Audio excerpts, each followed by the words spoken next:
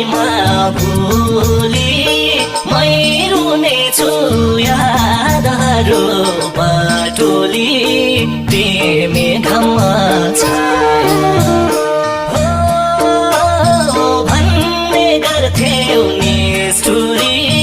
तिमी घममा छाया आउँदो रहेछ